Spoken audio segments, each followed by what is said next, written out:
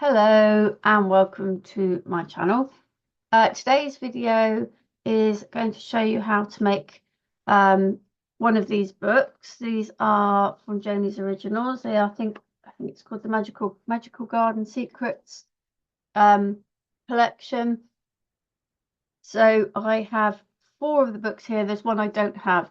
So I've got Garden Secrets, which has this is sort of more corduroy, brown, and then these MDF pieces. These tabs come with the pack as well. This one's called Midnight Garden Secrets. It's this lovely little charm, moon charm, and then these pieces, and again these pieces come with it. This one's called Mushroom Magic. This one is called Garden Green, and the one that's missing is called Magical Garden Secrets. So they are all the same in the way that they are put together. Obviously, they're different papers, they're different things for your dangles, different MDF pieces. All of them have, I don't know if it's tucked in here, all of them have these tabs. I'll show you, this will be shown later in the video. This little envelope. There's also, I don't know if I've got it in there somewhere. There's also another little pocket, but you'll see that later in the video. So all of them come with a sheet that has the tabs, this, and another pocket on. These two then have papers, I think it's 3 more papers. These two then will have a sheet of tags, and some sort of like a sheet with 4 pictures on, if you like, 4 pages on, and then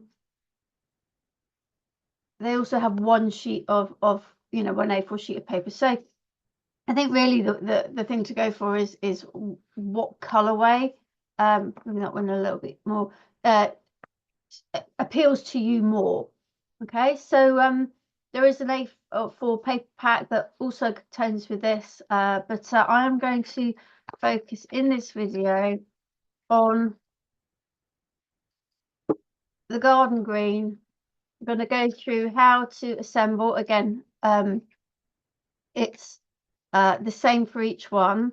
What I will say, and I think it will be mentioned when I put the spine on, this is what Joni calls a hidden spine. Now, obviously you think, well, you can see it. Yes, you can. But a lot of Joni's books will have this outer piece from here around to here. So you would see the edges of the fabric. And I'll point that out in the video when I make the video, as to, that's the only difference really in making this book and the other book. It's the way that this outside piece of fabric is attached to the front covers. Everything else works in the same way. Okay, so we will get going and get on and make our book. We're going to use not again.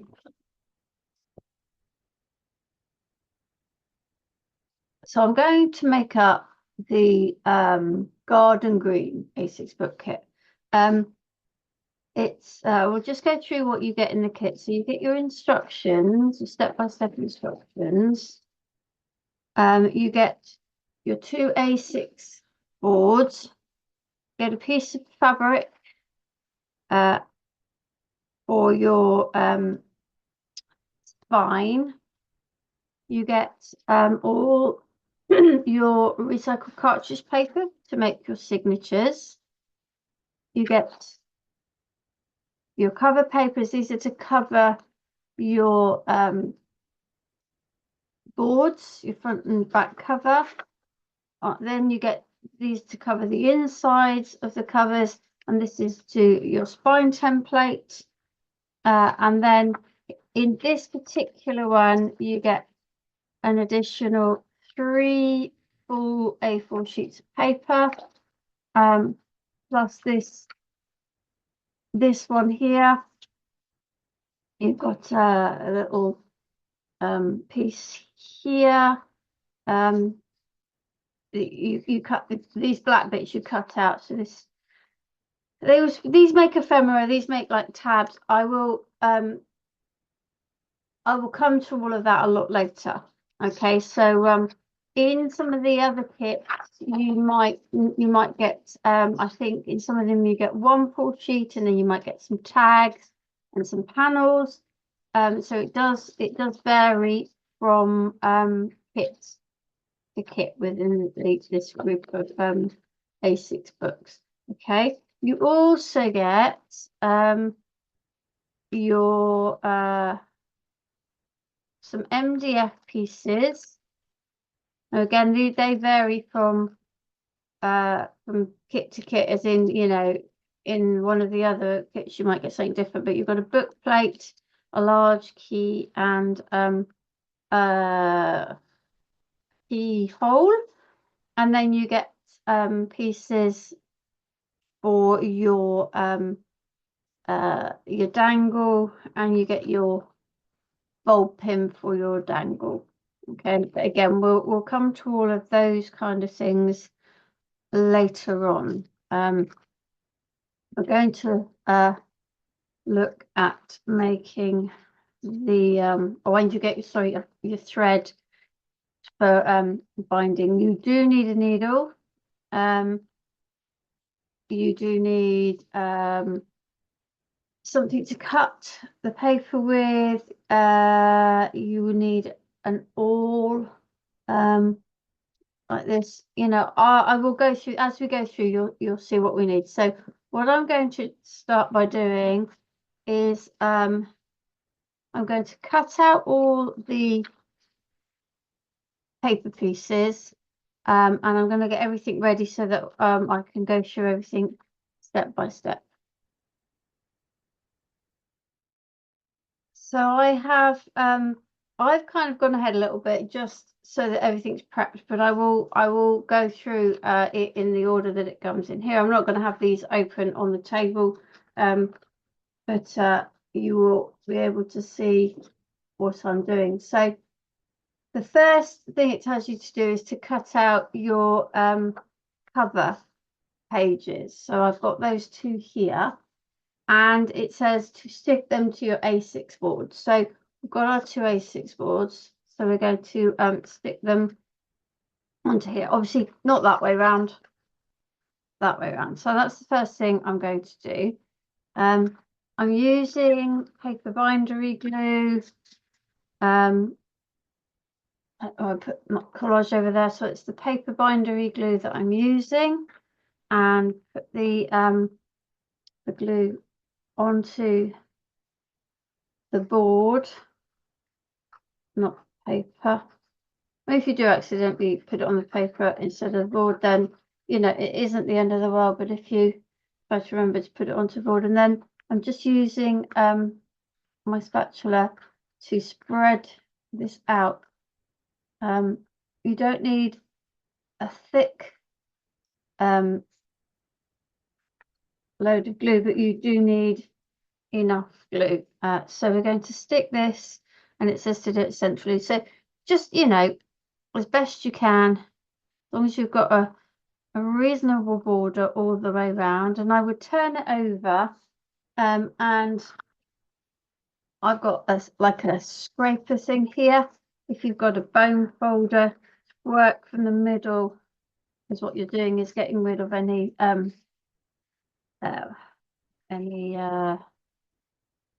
bubbles. Mine went back there, so that's one done. So we're going to do the same with the other. So what I'm doing is pretty much standard for Janie's A6 kits. There is one point of difference, which I will explain when we get there, and hopefully I'll be able to explain, if your kit isn't like that, what you would do.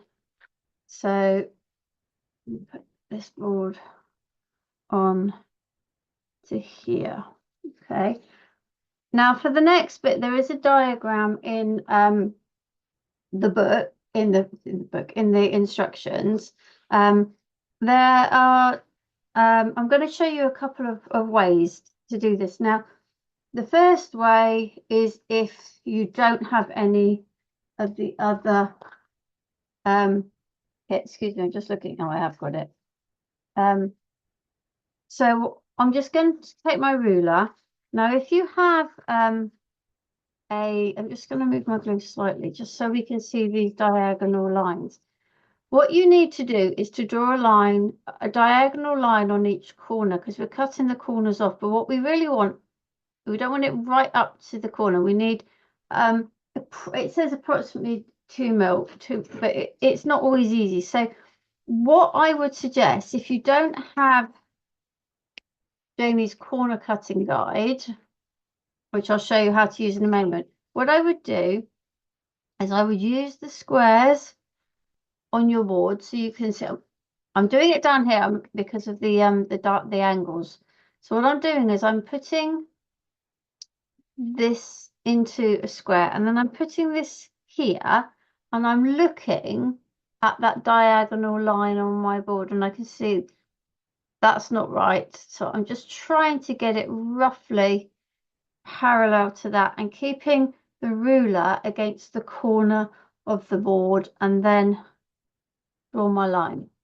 Okay, so you can see I've got a gap. So I'm going to do that again. So I'm putting my board roughly, not roughly, into one of the corners of one of the squares, because the corners are right. And I'm using my ruler and using these diagonal lines to try and make sure I'm getting a reasonable diagonal. It won't be perfect, you know, and it doesn't particularly need to be, but the more accurate you can be, then the better the finish you will get on your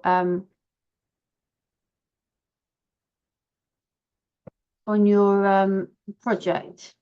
So as I said, into the corner, into one of these squares, so you know it's kind of at right angles, and then your ruler butted up against the corner, and then you're just trying to make sure as best you can that you're in line with that diagonal. Okay, and if that's still too much of a faff for you, then you can just do it by eye. You know, it will work.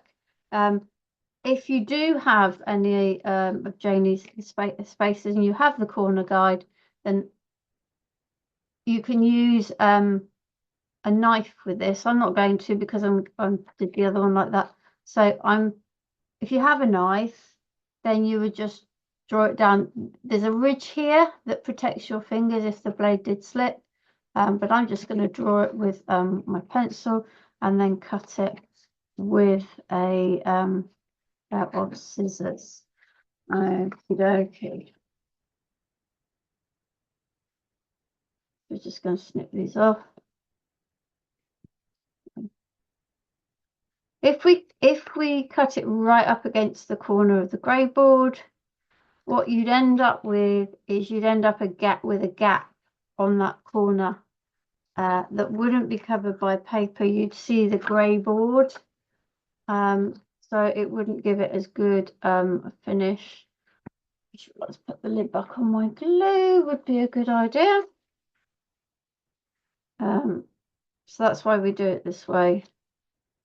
And the reason it's roughly 2 millimeters is because that's the thickness of the grey board. It's the thickest one I think Janie tends to use with her kits. So it means it will fold, and when we fold it, it will cover that that corner. Okay, so what we need to do now then is to stick these edges. So Janie always says to start with the short ones. Now what I tend to do is I tend to try and run a line of glue along the edge of the board first, and then I know when I fold it up it's going to stick to that edge of the board, and then I just roughly put a little bit of glue. You can spread this out if you want. I'm not always that bothered about doing it. And then before you actually fold, just my board is on the table and I'm just bending it up, and you can do it with your fingers. I tend to do it with my my lovely new scraper. I'm rather enjoying this. Now you get glue on it. You can see, you know, that's what happens with too much glue, and I am terrible for too much glue. So I just have a damp cloth to wipe that off. Okay, so same on this end, bit of glue along and then a little bit of squeeze there. And because I scrape it with the scraper, that's why I'm not too bothered about spreading it, because this will squish it down.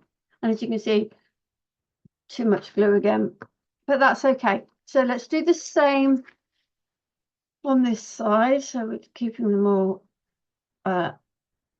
similar. And like I say, this would be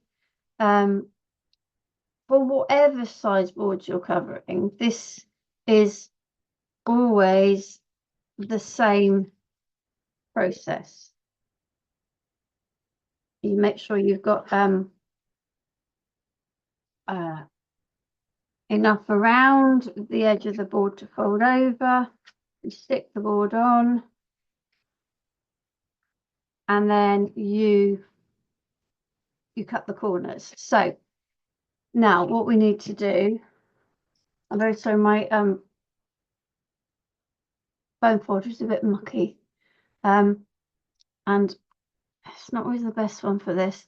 So what I'm doing is I'm pushing that extra little bit of paper. If you can see, let's see if I can get it to focus here. So that extra bit of paper that was there, I pushed in. Okay, so hopefully that's going to focus again. Please excuse my nails. It's all gluey stuff that's got underneath them. So I'm just pulling it round. Same on these. Just pushing it round the corners. Okay. Let me show you that again on here. You just push that bit of paper around. Same here. Same here. And there. Okay. You can see we've got these little bits like this. So now we just do the same process as we did before of gluing these. Remember, on the board, press over and put it over with your hands or whatever it is you're pressing down with, and you can see that we have really lovely, neat, sorry, not too focused, neat corners. And that's why we cut the corners away with that 2mm edge, and then fold the corner round. Okay, and make sure we've got that stuck. So that's one done. And then I'm going to do this one.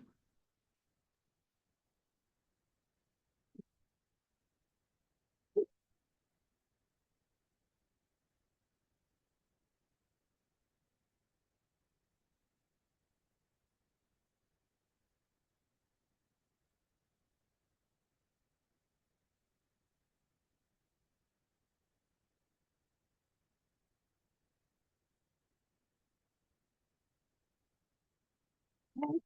And then fold it over and just pull it over. You can put it with your fingers, however you're doing. Just make sure that you use a bone folder as well to make sure it is stuck all the way along. So I've now got my two covers. Now it is up to you which one you would prefer on the front. You might want that one on the front because you want to do, you know, put bits on it.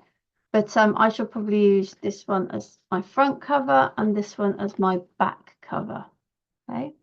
Now, the next job is to cut your spine. Now, I've already cut one. You need to cut 2 pieces of your cloth. Let's move those out of the way so you can see what I'm doing. 2 pieces of your cloth, and they need to be 16 centimeters by 6 centimeters. Now, what I did is I got a, this is, looks like grey board. It is grey board, but it came, you know, with, when they used to put, your blank card blanks and that, and they used to have a card piece in there. It's just off of that, so it's a nice and sturdy piece. So I've cut this, I've measured and cut this to 16 by 6. Now, because it's quite thick, I have in previous ones, I have just cut round here. If you would prefer, you can draw around it. If I was going to draw around it, I'd use a friction pen. For those of you not familiar with a friction pen, it's a pen we use in sewing, that if I do that and then if I rub on it or you iron it, it will disappear. Okay, so it's up to you. If you want to draw around it, you can draw around it with an ordinary pen. You're probably not going to see the edges anyway. It's up to you. And then cut it. If you're going to draw around it, you can cut it with scissors, or you can cut it with a rotary cutter. So I am just going to cut mine with my rotary cutter. I just need to make sure before I start pressing, I'm pressed up against this, otherwise I would slice the corner off. So I'm just cutting like this. You don't have to do this. You could measure 16 by 6 onto your piece of fabric and then cut it out. It's entirely up to you, but I quite like having a guide, and I used it for both pieces, so I know that they're going to be as near as I can get it the same size. Now, in the instructions, it tells you to fray the edges. I don't like the frayed edge look, so I tend not to, but this would be the point, if you're going to fray your edges, that you would fray them. Okay, so just pull some of it out, but Janie always does. I tend not to, so it's not compulsory that you fray your edges. Sometimes at the end I might fray the very ends, but just see how we go. So we've got our pieces here. The next thing it says to do is to cut out your spine template. Oh, no, I had that just now. What did I do with that? Ah, you can see it. I've got everything in my project organizer.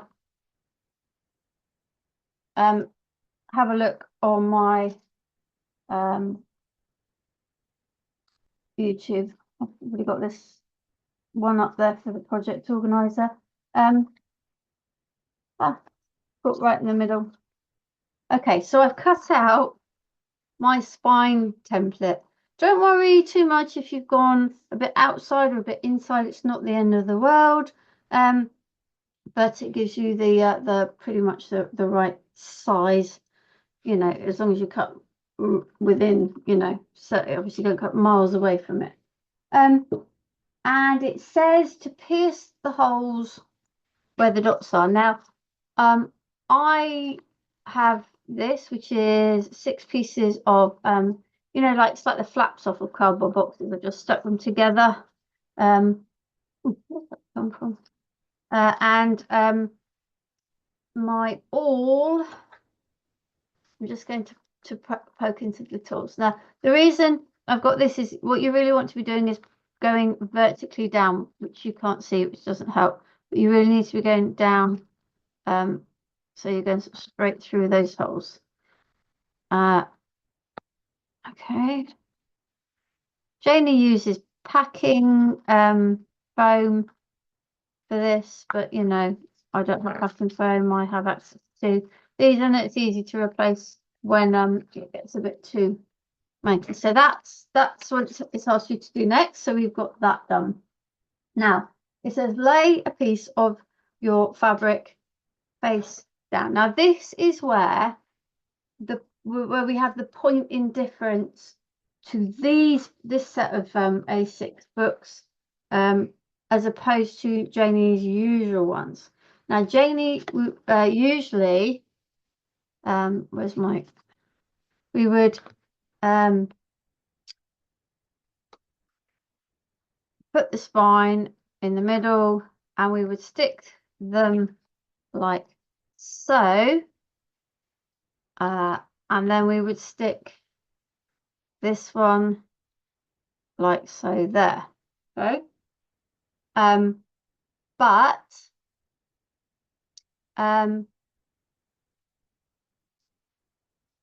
so I'm trying to if I can show you how that would look. So you'd basically have the edges of your spine, your fabric spine showing on the outside.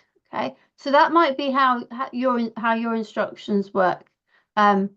So make sure you read carefully what it says to do. In that case, it would say put your fabric face down. So we've got the right side and the wrong side. If you put the right side down, and you would put the spine template on, and you would put your covers on that way, and then the next step would be to put your insides on. I might even do that before, and then put that over the top there. Okay, but this particular kit has what Janie calls a hidden spine, only hidden in as much as the edges are on the inside and hidden away rather than showing on the outside. That's what it means. So for this one, you have to put your fabric face up, right side up, okay? And we're going to stick our cover boards to either side. Now your front cover, whatever you want your front cover, needs to be on the right hand side, and whatever's going to be your back cover needs to be on the left hand side. Okay, and now a little way of getting this as near as you can. These measure roughly 15 centimeters, and we cut our fabric to 16. Now I have a ruler here, which is a centimeter ruler. It's one I got from Janie. I'm not sure if she's got them in stock at the moment, but each of these squares is half a centimeter. So I know I want this to be stuck roughly half a centimeter from the top of this fabric, which is that one square. Put it there. And also the other great thing about this ruler is this line here. Up here you can see it goes 1 up to 30 like your normal ruler. Here it goes 1, 2, 3, 4 out to 15 on either side. So this being the middle. So we can find the middle of this fabric. And what I would do on my spine template is a pencil. I would just draw a line through. Okay. This would work if you were doing it the other way around as well. You just need to know how much sort of you've got at either end. So that's there, and line that down there. Now, if it's not exactly right, it's not the end of the world, but we know that that's roughly where we're going to put. So we're going to need to stick this here Don't worry that this comes down below the spine template at the moment. Don't worry about it. And then this one here. Now you need to put glue on these. And you think, oh, how am I going to know where to put it? So what I'm going to do, this is my front cover. I'm flipping it over, putting it up against there, and I can see where the edge of the fabric is. So I'm putting a rough line on my board. So I need to know that's where I need to put the glue on that one. And this is my back one. Let's just make sure I knock that a little bit. This is where that one's going to go. So turn it over and make sure you flip it that way, not that way. Because I don't need the glue on this side. I want the glue on this side. Okay. So what I'm going to do now is I'm going to put my paper bindery glue. Oh, that came out a little bit. Woo! That came out a little bit too much, but we'll see. We'll see how we go. And I'm going to use my spatula so that I've got glue, and I use my lines as a guide to know where to go up to. So I'm just going to put my fingers on there so that doesn't move, and I'm going to put my board down and just give it a little bit of a press. Okay. And then I'm going to do the same here.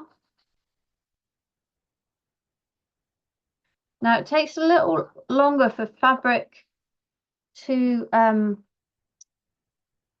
grab and obviously sort of paper to paper. We're leaving the ruler here because this ruler also helps us to line up the top so we know it's sort of equal. Okay, so I'm going to take my ruler away, just rub that bit of glue off, and take my spine template away. I'm just going to give that a good push down, and then what I don't want to do is pull this away. So what I'm going to do is push it slightly in before I lift it up, and I'm just turning it over. Okay, doesn't matter what it does. Turn it over like that, and then I'm turning it round so I know that that's the right way up. So I've flipped it over, and now I've turned it round so I know that this is the bottom and this is the top. Okay. So the next thing I need is to put these on the inside cover panel. So you need to cut those, and we're going to stick those over here. Okay, so I'm going to put the this time the glue onto the paper, and I don't tend to worry too much about smoothing it out before I put it down on these ones. That goes quite close up, and then just use your bone folder or whatever it is, and you can see the glue coming out there. You're going to make sure, particularly over the fabric, that it's nice and secure, and then we'll do the same with the other one.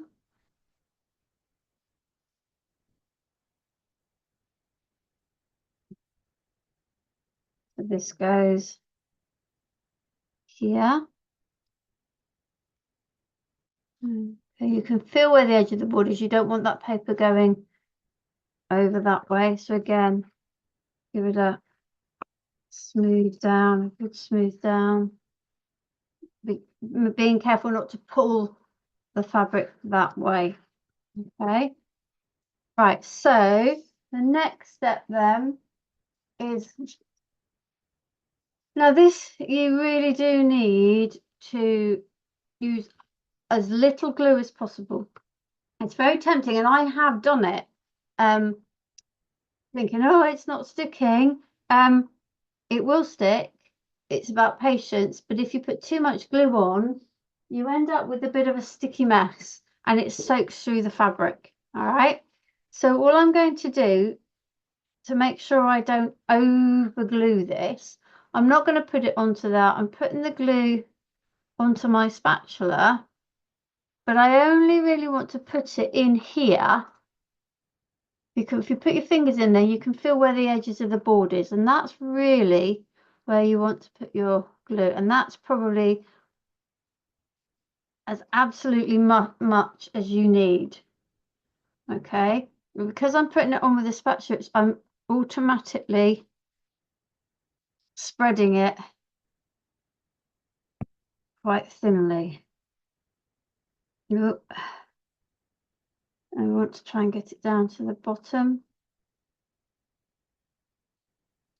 And I'm not going to be too worried if I haven't got the whole of it glued, because I'm going to glue this as well. This is just to get it to fit, just to give it a little bit of a bind in the middle. So I placed this, and you can see where to place it because you can see the edges from the top, and I'm going to give it a nice firm press. The test of whether you put too much glue on, and I'm not going to look at it now, we'll look at it in a minute, is as to whether any glue soaked through on the other side. This is quite a nice thick cord. The mushroom one is quite a thick cord. The garden secrets and the midnight garden secrets are a thinner cord, and that you really do need to be careful with the amount of glue that you use.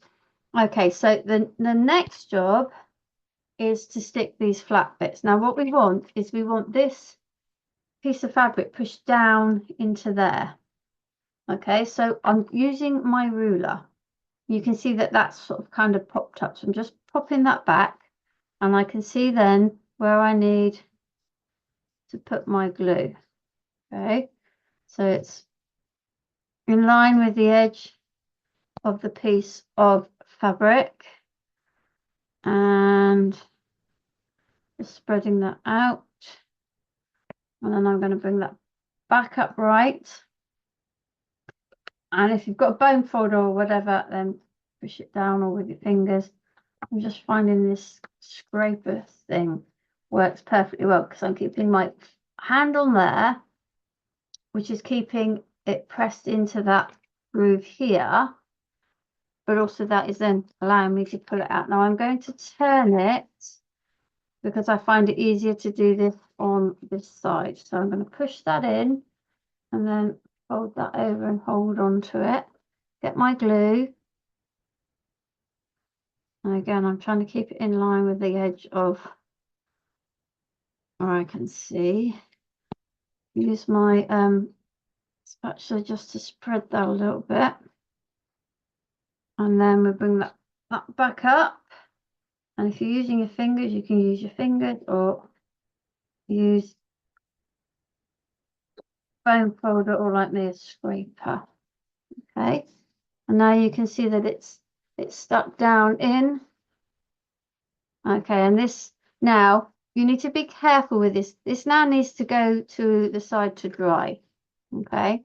It needs to be completely dry before we start trying to pierce anything. So I'm going to very gently pick it up and turn it over. And actually, you can't see any of the glue through. So I'm pleased about that. But what I am going to do is very gently turn it back over, and I'm going to put this somewhere to dry. Now there is something we can we can continue with while that's drying. You don't need to wait completely for that. Well, you need to wait for it to completely dry, but actually we can do some of the next steps while it's drying, so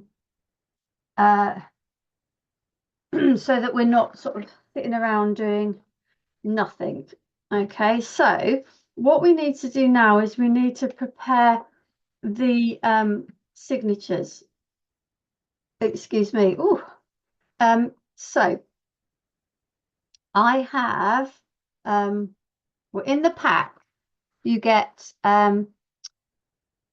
24 pre-cut pieces of cartridge paper. Now I've only got 8 here because you're going to make what we call signatures. So I've got 8 here, and I'm going to show you how we make the signature. Now, if you have a book hook, one of Jenny's book hooks, you can use that. That helps a bit, but helps a lot. But chances are you won't have one of those.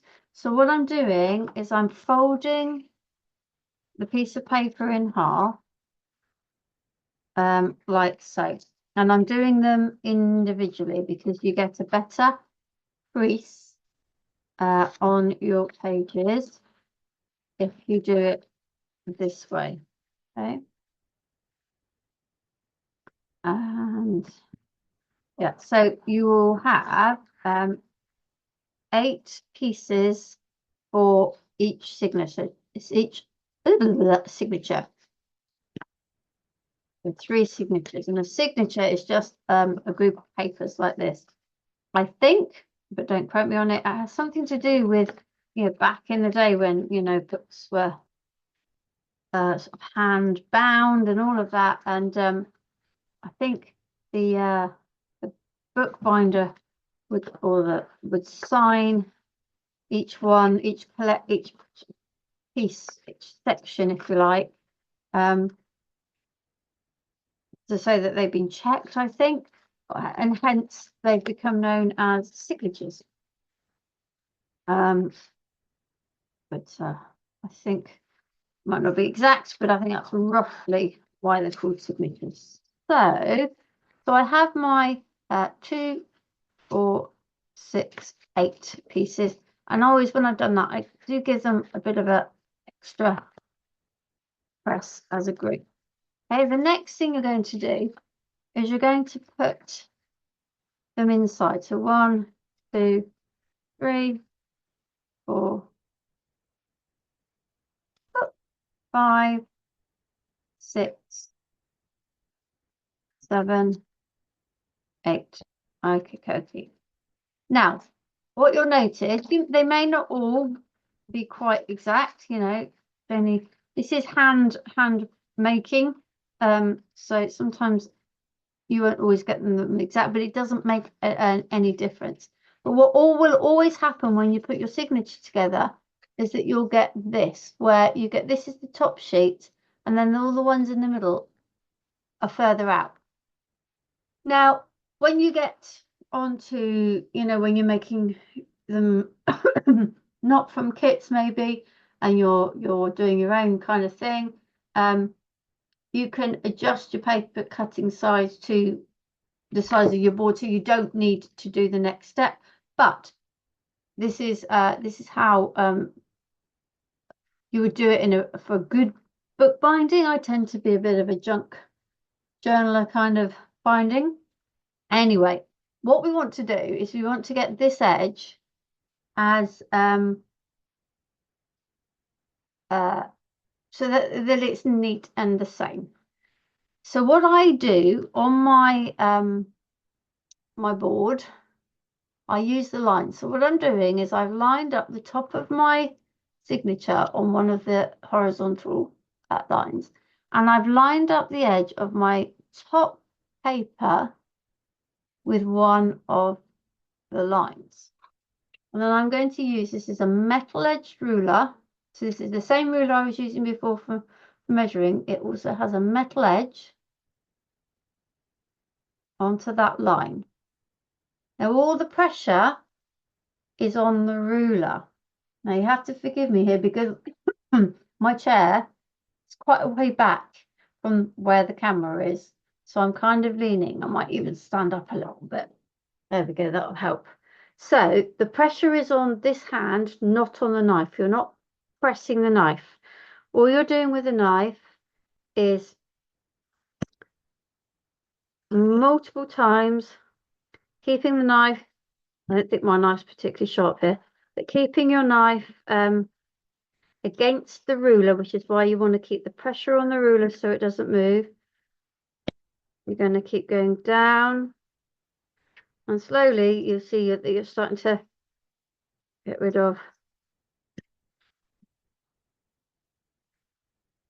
all these extra edges. Now, if it's not all quite even, it doesn't matter. If your signatures all end up slightly different, it doesn't matter. Once they're in your book, you're not really going to notice it. So I already have one there that I've cut. Oh, not too bad. I have another one here just to show you again how to do that cutting. So line it up with a line across the top, looking for a vertical line on the edge of that top one. Line your ruler up with it. keep the pressure on the ruler, not on the knife, and then just multiple times, making sure you're starting off of the thing, because sometimes what happens is you miss that very top bit and it ends up being caught on. Take some of them away. So again, you're just however many times it takes, but you're not putting pressure on the knife. The pressure, as I said, is all on the ruler. There you go. So what we have now is we have our 3 signatures ready for our book. Okay. Like I said, in the instructions, it says, you know, let it dry, then do this, then make these. But I kind of feel like you might as well just well be getting on doing these while your cover is drying. So let's see. Now we're going to put the holes into this. Now, what it suggests you do, because if you follow the instructions as they are on in the book, the way Janie's written them, you will have already used this to cut your what's the word? Not to cut, to pierce through your spine. But as we've jumped sort of ahead and we need to go back to that, my suggestion would be to well, we'll still do this way. I think it will still be fine. So I'm going to fold it along that line that I drew earlier. And then what you need to do is you need to open it. Make sure you open it in the middle. Really important that you've made sure that your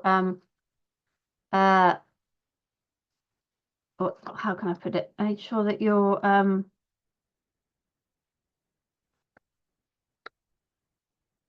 signatures put together. I've done signatures in the past, pierced the holes and realized that actually, oops, I've missed a page because it got folded in. So you can see that your spine template, you can see the holes, and all you're going to do is you're just going to put a little mark, and that should be your mark should be on this fold in your book. Okay, we're going to do that for each of them. So make sure you're opening it at the middle.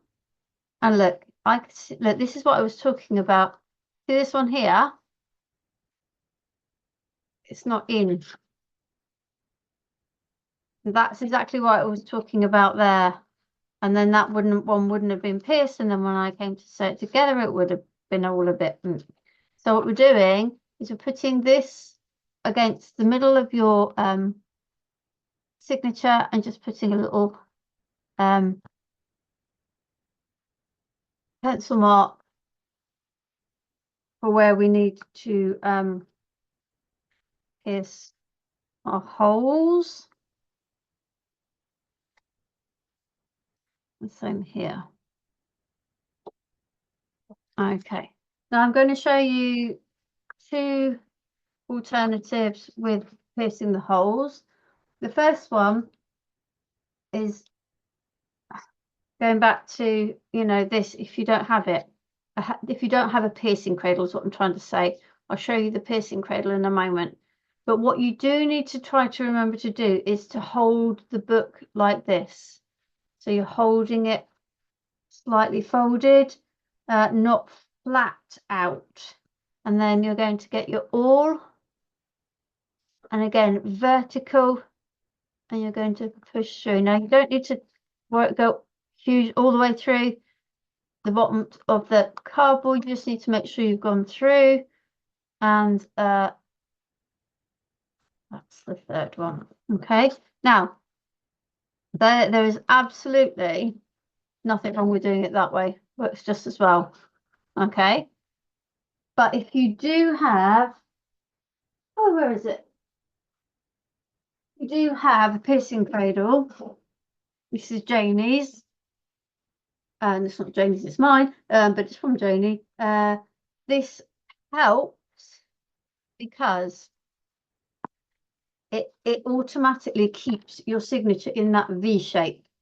Okay, and then you can just make sure it's all together, and then down, down. I'm being quite naughty.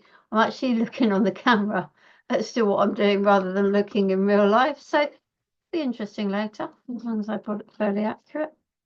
Again, so into the cradle and vertically down, vertically down, and vertically down. Okay, but if you don't have the cradle, there's absolutely nothing wrong with oh, sorry, that's me just putting it on the floor. There's nothing wrong with doing it that way. Okay, so what I'm going to have a look. I don't think this is dry yet. So what I'm going to do is I'm going to I'll pause the video here, and then we'll start again once this is dry, and we can go on to the next step.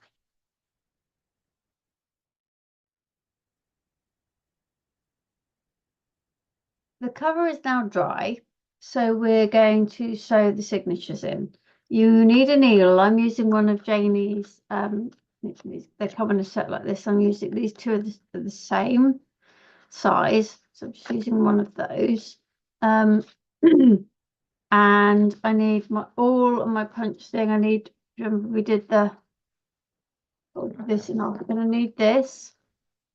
Now, if you've frayed your book, then you're probably quite happy with it like that. If you, like me, you haven't, you just want to do any trimming, I would suggest that you do any trimming to it now.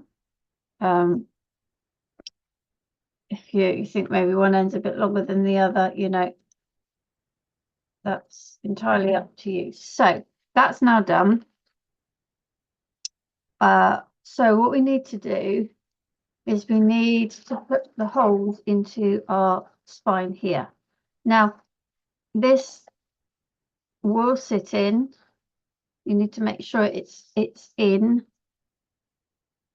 The other thing I would suggest is, first of all, making sure all your signatures are lined up.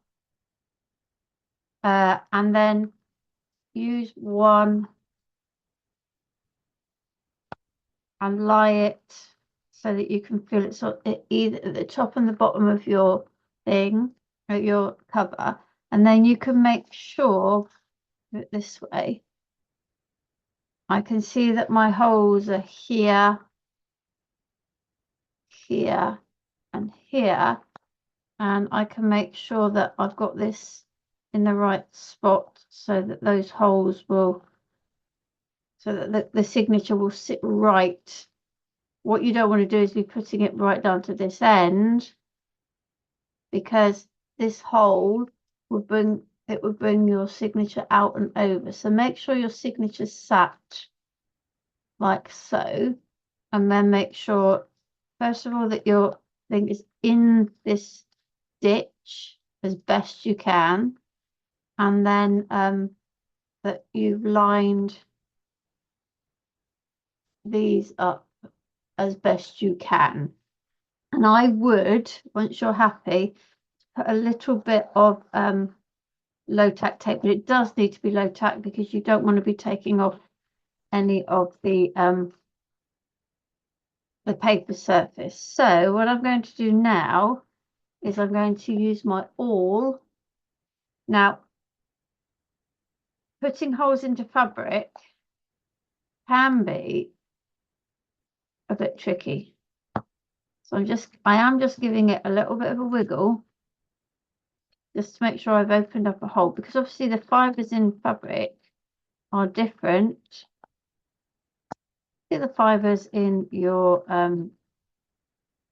paper, and different fabrics are different in the way they respond. Now, I'm quite happy with that because I can clearly see my holes. Sometimes you can't clearly see, and sometimes you'll need to perhaps hold it up to the light to check that you can, you know, when you're actually sewing, you can hold it up to the light so that you can see through. So we don't need this anymore. Now in your little pack, you get a thing of your waxed thread. That's what you're going to sew with, and you need 3 pieces. And in the instructions, it says 2 and a bit times the height of your book. Let me just check that that's what it says.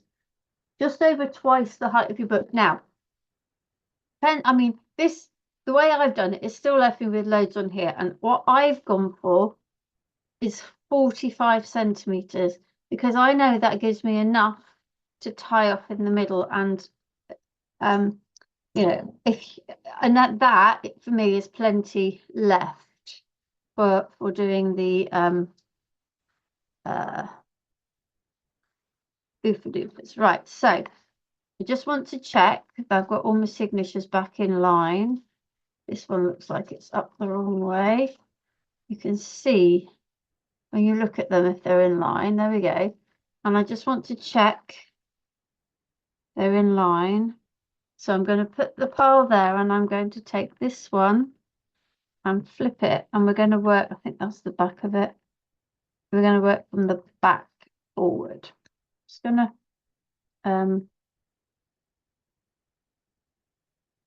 thread my needle. Okay, I'm just going to push those up there. And I'm going to put my needle through that middle hole.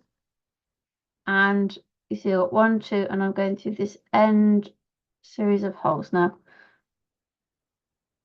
there we go. So it will go through there. And you need to leave a towel. You can put a little bit of tape on that if you think it will help. Sometimes I do. I'm not going to in this particular case. Now, I've gone out through the middle. It doesn't matter now which way, whichever way feels easiest. Either go in through that one or go in through that one. I'm going to go in through this one. And so I've come through inside, and I'm just going to find the hole in my, oops, the hole in my signature. Oh, I got you lined up. I'm halfway through. No, it doesn't feel like it wants to go through there. Something might have moved in my there. That one's gone through.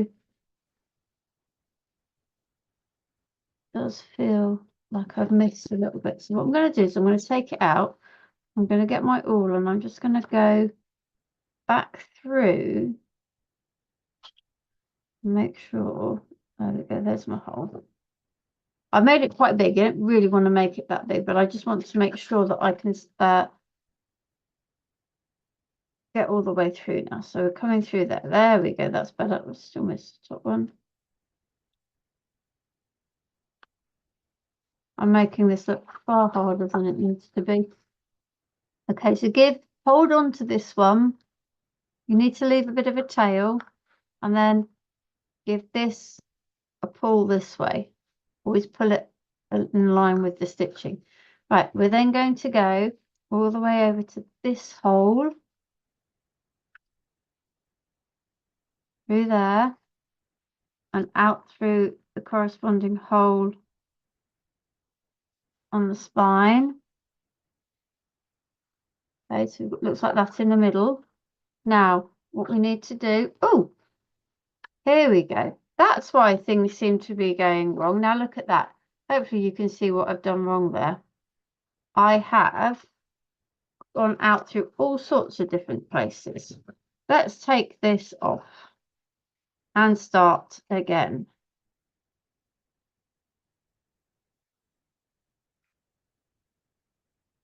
So, I'm supposed to be starting at the back, wasn't I? Out through there.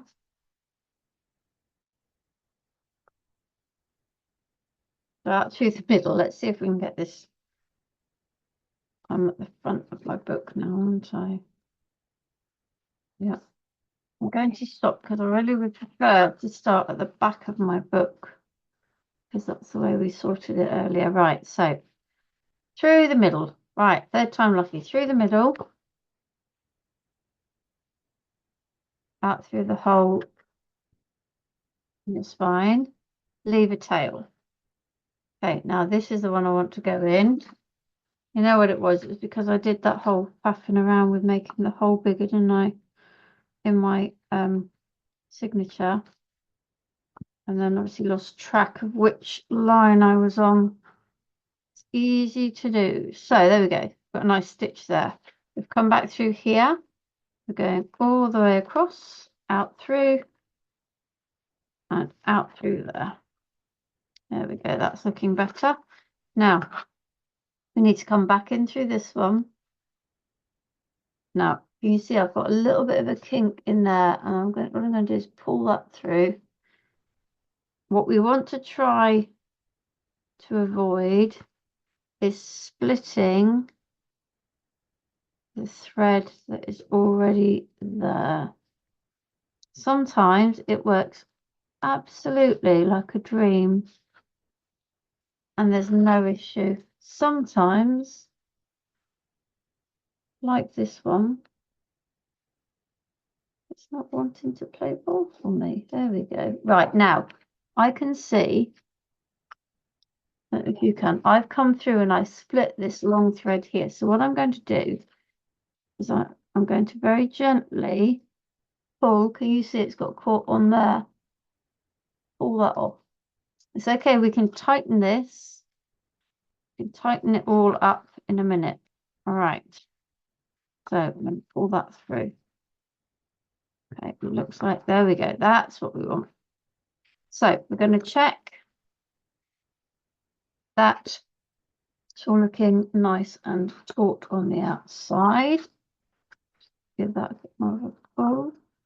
And now I can also see that I seem to have gone through the thread here. This is, it's not what I want to happen, but it's a good thing to be able to show you. We should be able to get out of this. I don't know if you can see. I've split this thread.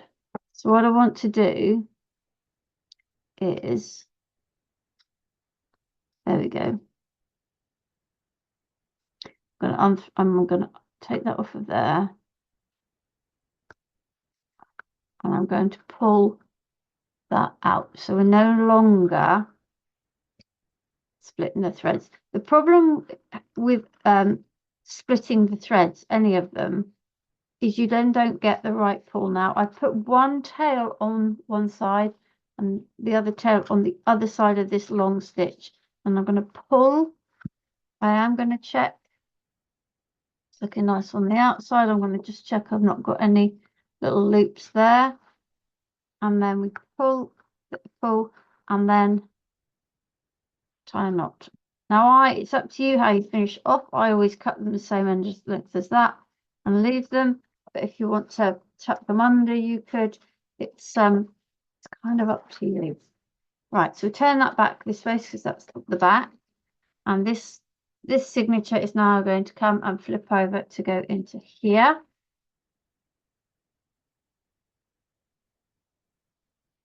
I get this needle threaded again.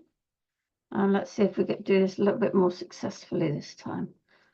I think I might have not cut this in half because that's way too much thread. So just bear with me. I obviously had it all looped out and ready, but I didn't cut it. So I'm just going to cut that. Okay.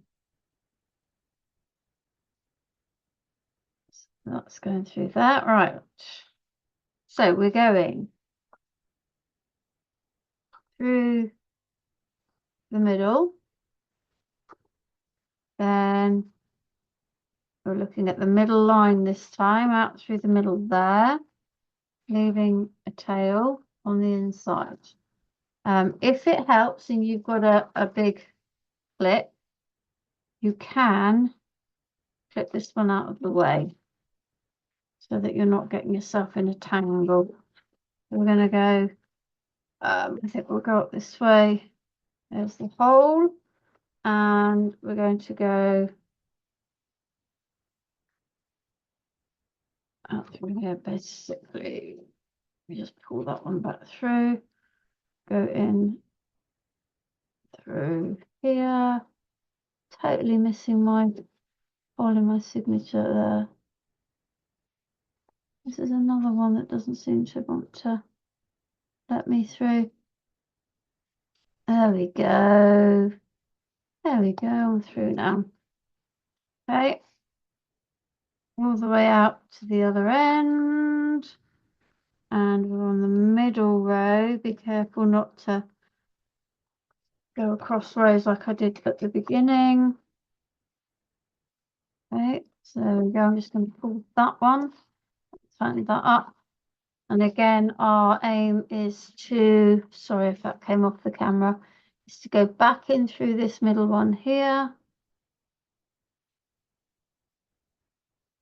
Back in through the middle one there. And I think we've done that one all good with no splitting of any threads. Or have I? No, I think we're good. I'm going to push that, pull that one through that side. Oh, no, I'm not. It's not, because it's no longer threaded. So I'm going to poke it under there like that. I'm going to just make sure looking fine on the, oops, fine on the outside, fine on the middle. And then we're going to tie that like so. Like that. Okay. And then we've got one more. Oh, I say one more. I had a piece of thread. Where is my piece of thread? Like so. And take my flip up. Yeah. My last one, flip it over and in like that. And let's see how easy we can do this one. So through the middle, out through there, in through here.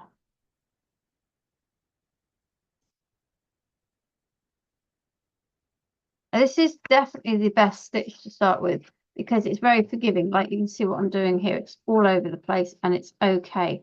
When you get onto some of the other stitches that are where what was I going? The stitching joins the signature as you're stitching them in, then it's it becomes a little bit more tricky. So there we go. We're nice and through on that one. Okay, and then we're going all the way across to this one, and then out our final hole there. Okay, pull that through, and then we want to come back in this middle one here. Get that through without, yes. Okay, so that one through there. Get nice pull right there, no little loop under there, and there we go. All three signatures sewn in. This is called a 3-hole pamphlet stitch. Okay, let's take it off. That's the basis of the book now completed. I've got a few little bits of cord, you know, the fray bits of cord everywhere. So okay, so that's the book itself made. So the next part we'll go on to will be to add in the dangle, the decorations, and look at what else we can add actually into our journal with what's in the kit. We're going to look now at what we can start adding onto our journal, our book. And we're going to focus in this section of the video just on things that are already in the excuse me, they're already in the pack that comes with everything. So we're going to look at how to make the dangle, which will go on the side. We're going to look at we've got the MDF pieces, and just because of sheer messiness, I've put some gold gilding wax on there. I use Pebeo gilding wax, and we've got these two pieces. So this is like a little pocket with a window. This is like an envelope which folds down, and then we've got the page tabs. So we're gonna oh, and I've got a bit of leftover fabric as well, which I'm going to show you something that we can do. These 3 full sheets I am going to put to one side for the moment, and we'll have a look at what you could go ahead and do with these, but obviously you'd need other things that are not necessarily in the kit. So we'll put these to the side for the moment, and we'll just concentrate on what we have here. So I've already been ahead and cut. This was a solid black area which I cut out, and I'm going to do the same on this one. Bolt pin as well, don't lose that, you need that for your dangle. You need you can do it with scissors. If you do it with scissors, then you just need to cut like a snipper across in the middle, and then you can get in there. Or you, like I'm going to do, I'm going to use a craft knife and a ruler. And I would suggest whenever you're cutting stuff out with your craft knife, always have the waste bit on the knife side, because if I slip here, I'm slipping into here. I'm not going into this bit. If I was to cut here and slip, then I've slipped into what I want to keep. So my sort of tip for when you're cutting things out with a knife is for the ruler to cover the bit that you're wanting to keep, and then if your knife slides, it slides into the bit that you're getting rid of anyway. Okay, so I'm just going to cut this out. Now I did say you need other bits for those sheets, and we're going to do some bigger stuff. I'm going to use a couple of little bits with this this pocket in particular, because we've got this window, and you can see we basically this is the bit we want to be showing. So we're going to fold down that tab.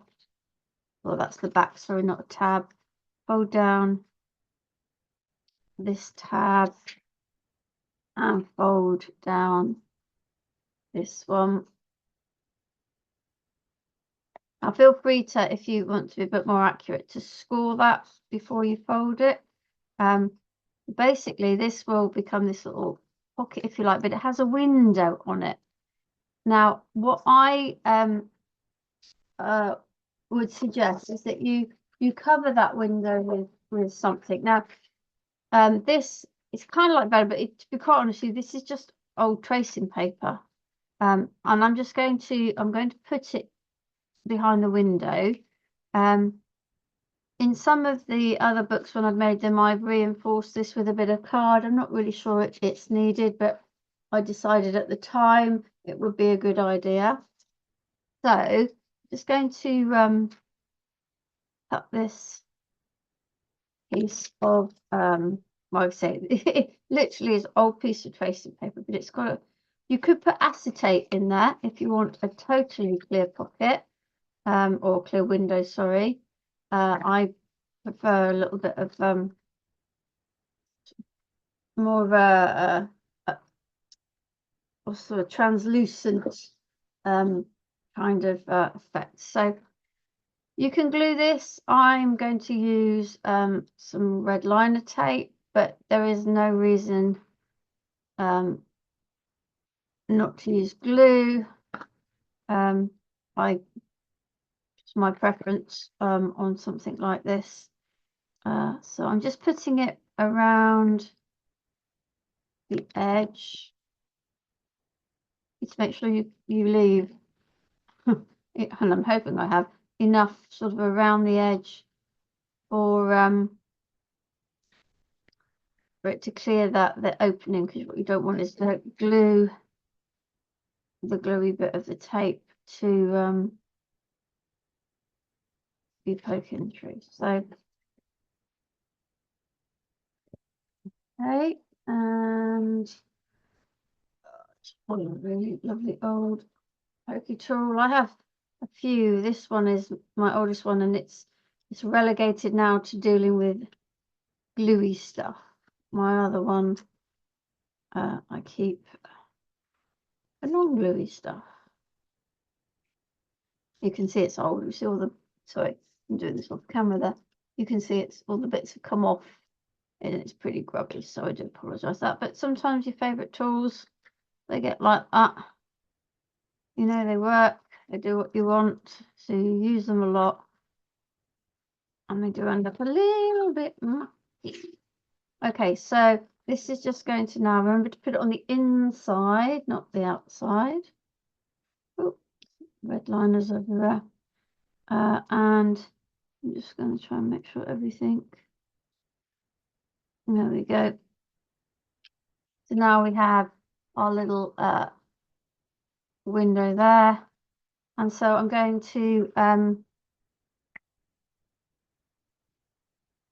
do here and here. Now I'm using, you can use the paper bindery glue. I'm using the matte collage glue because if I make a little bit of an overspill, then it's not going to look too shiny. Okay, so the matte collage glue. So that's one thing. Now this then becomes, and I'm not going to stick all of this in yet because I want to wait until I've made the other stuff in the next part of the video. But this could be stuck like that and then have a tag put in it. You could put a journaling card in there. It could be what we call a floating pocket, which is where you would then attach it with something like a little bulldog clip, because then it can be moved elsewhere. So there's sort of multiple uses for that. Right, this is the other one, and there's not all the fold lines that show, but it is quite intuitive. So obviously the tabs we're going to fold, and then we need to fold along here. Okay, so again, if you prefer to score it before, okay, and then I would what I would do with this one is I push that in, yeah, and then once you know it's in, then push that down. Okay, so let's open that out again. Now you could put a piece of the pattern paper in here, just so that you know when you open it, you see more of this. But it, you know, I'm going to leave it like this. I'm not trying to complicate it too much. And so then, where's my glue? Here's my glue. So we just stick.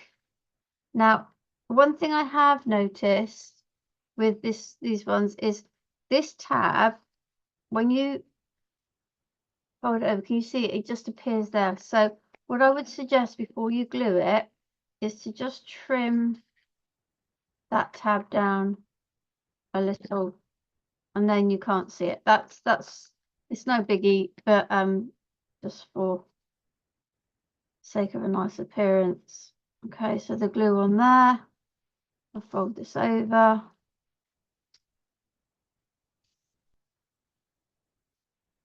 Okay, so now we've got a nice little envelope.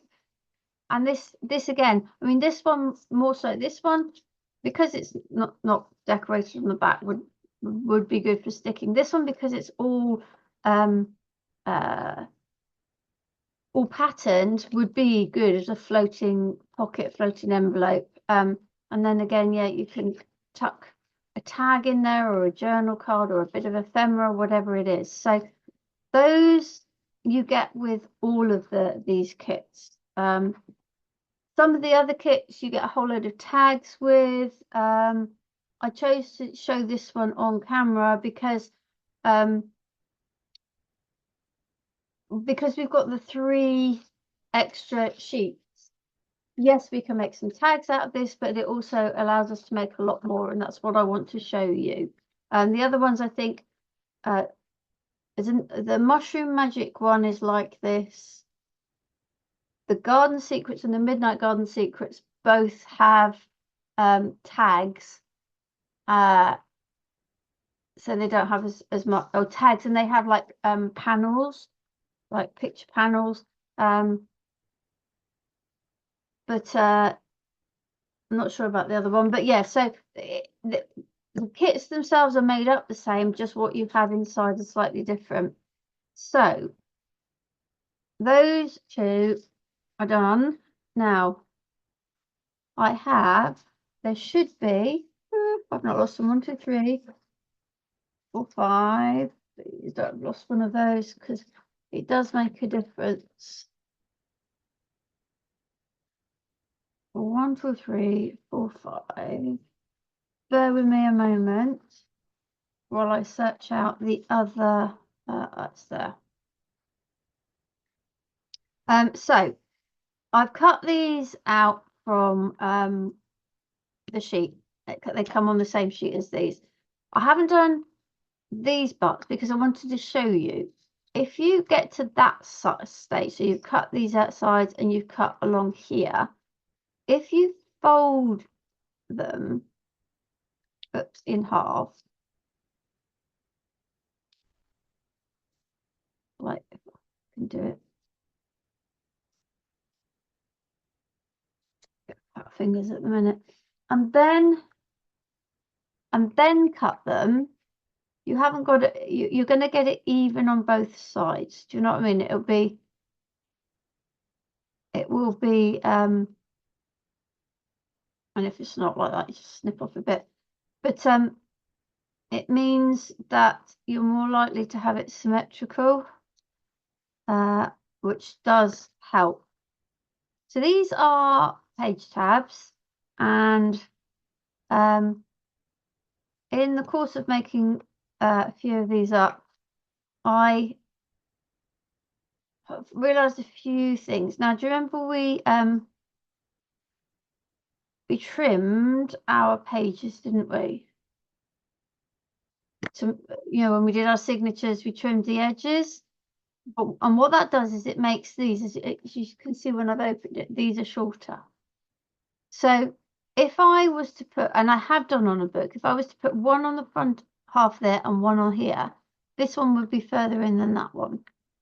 And that does work. I've got one where I've done that. I've got one where I did them just randomly, didn't even do them in sort of, normal tab order. But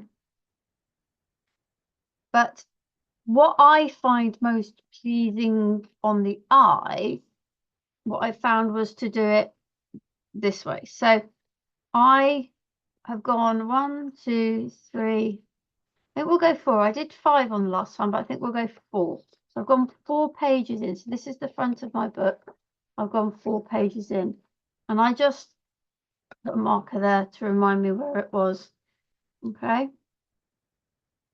So the other thing is, what I would check is I want them that way. So I'm looking for them. Some of them don't have an up or a down. Some of them do. So, for example, I wouldn't want to put that one that way. That's upside down. Okay, so just have a look at them to make sure you have it up the right way. Okay, and there are 6. And what I've found is, because we've got 3 signatures, and obviously we've got they're sewn in the middle of each, it kind of creates 6 sections. And like I say, if you want to do it at the beginning of each section, that's fine, and it will work. Just remember that you'll end up with a tab further out, a tab further in, a tab further out, and that's absolutely fine as well.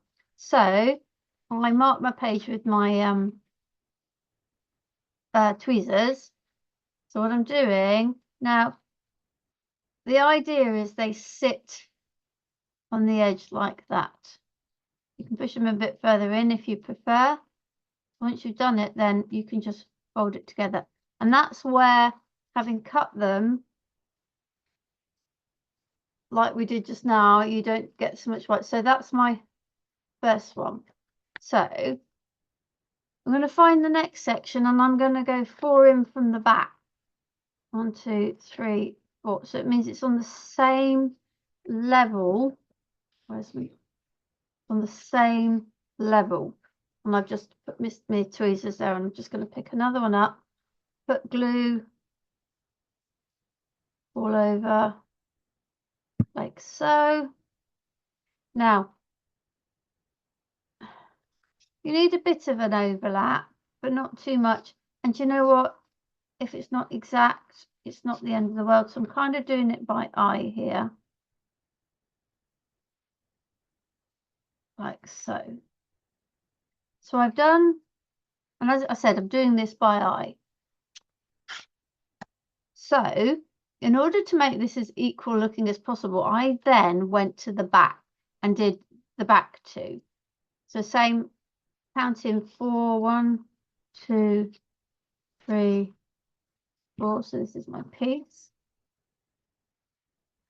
I just find it then, if you keep going down here, you might find out you've not got enough room or whatever.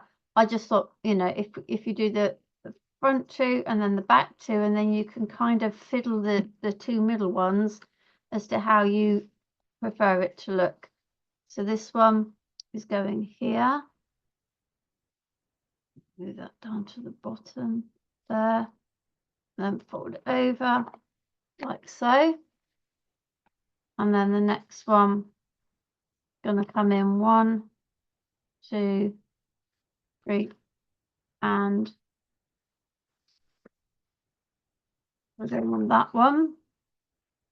All the tweezers are doing is just marking the page that I'm going to work on, because sometimes I get a little bit you know, forget, and I don't want to be trying to count pages when I've got a gluey thing in my hand. So I can this time I can see where that one is. I'm going to put that little bit of an overlap there, press that down there, lift the page up, fold that over and press. Okay, so that's that one. So now we're going to do, so we've got 4 of them on, and now we're going to now these ones are stuck out a little bit more. This is what happens. Then this one here, I don't know why. That's interesting, because we went for the 4th page again, didn't we? Hey ho, 'tis what it is. I don't mind. I don't mind. You see, definitely that one is lower. But I mean, that is also an argument for doing them randomly and not doing them in order. But you know, if you want to be a little bit more accurate than me, then feel free. So I forgot to mark the page, and this is why 1, 2, 3, 4. This is why I would say to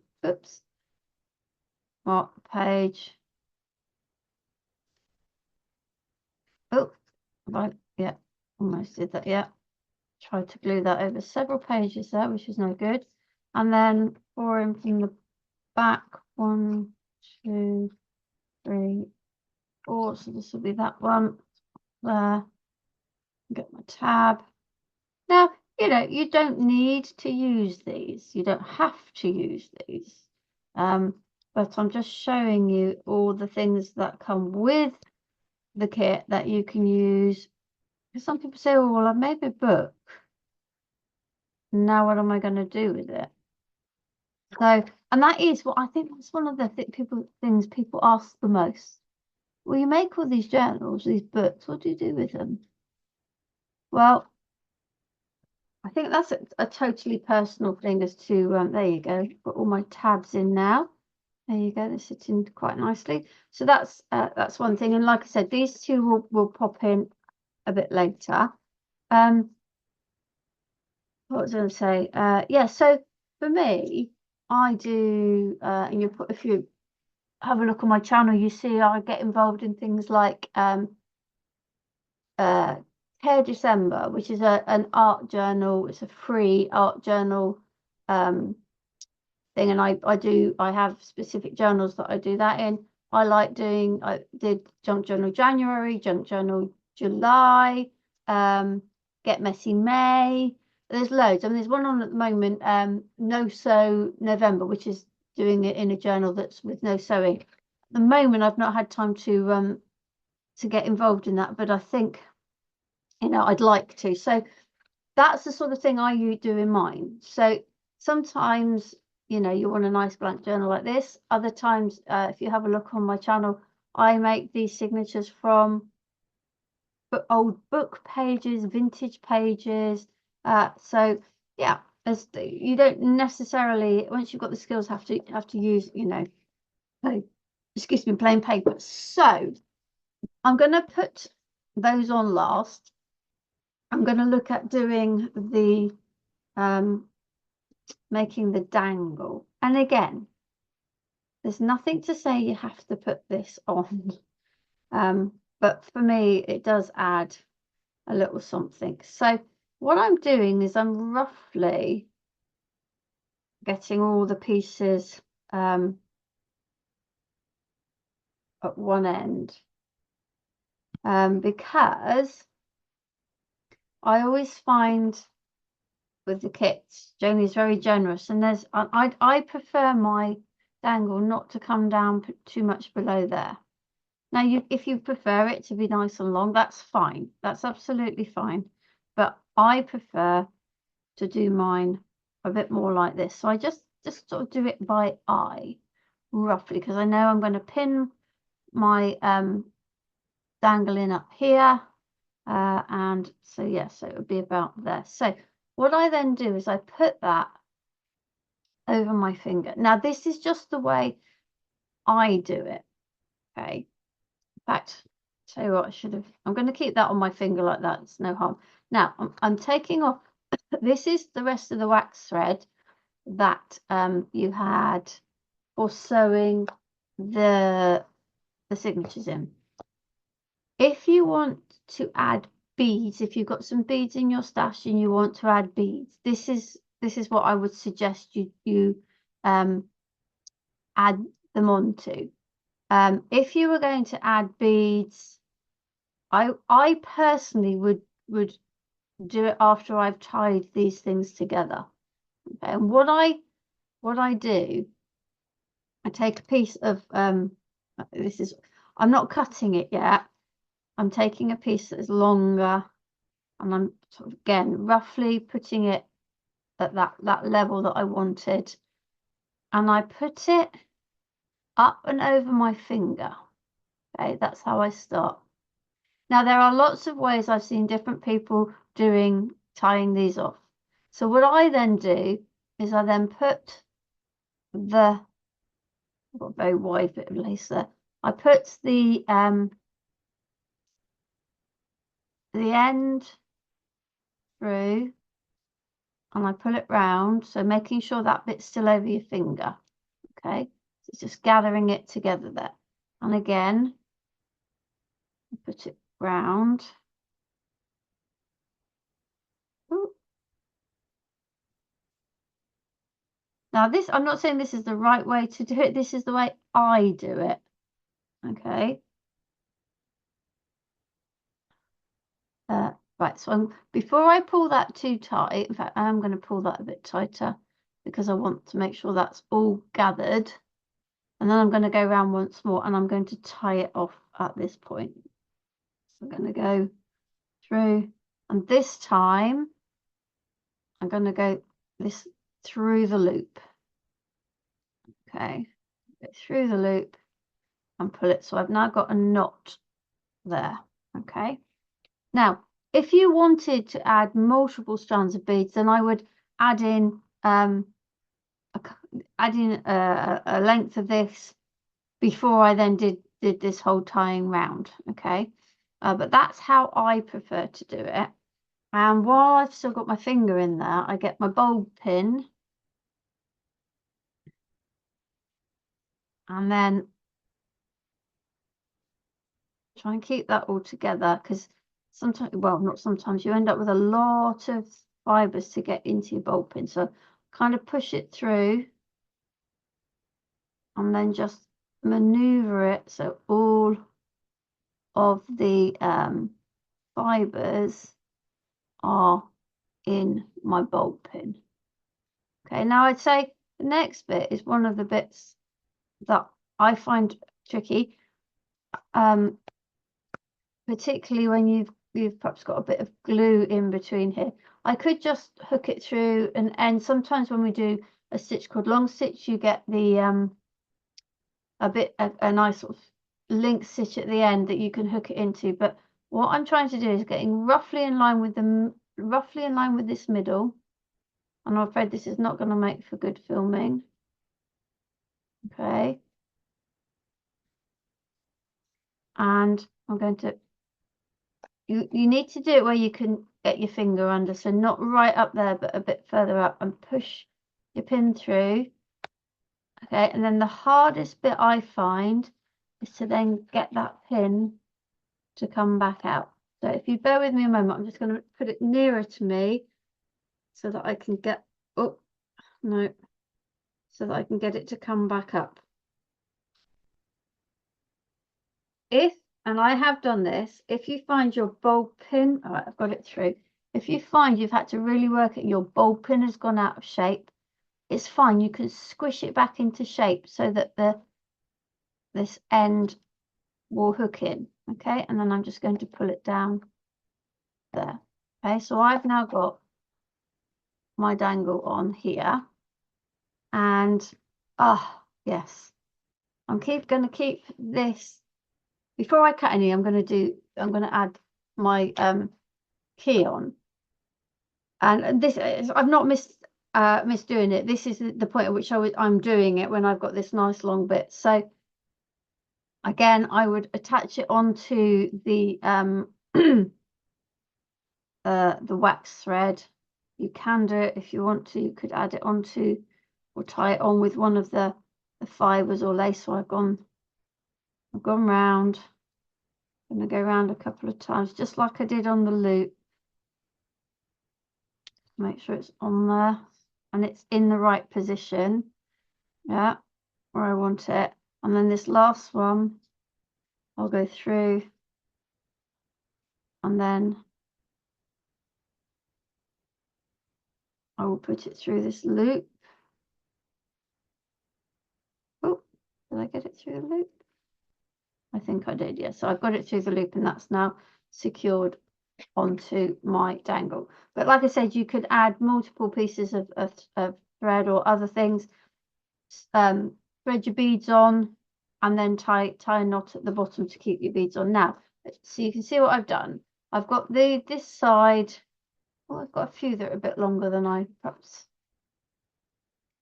thought. In fact, is that one? Oh no, that is. Bear with me, just working out what's what here. Yeah. So that stuff is all pretty much the right length. So what I'm going to do with the stuff on this side is I'm just going to give it a trim. And what I would suggest is don't trim it all to the same length. Okay, so you want some different lengths on this. Put that one there. And I would suggest you keep hold of these pieces, or I always keep hold of these pieces, because we can use these if we make some tags out of the papers in the next section. We can use these to thread through, and then it all ties in. It's all you know, it all ties in. So I've got that. Now, like I said, those two are going to go on last.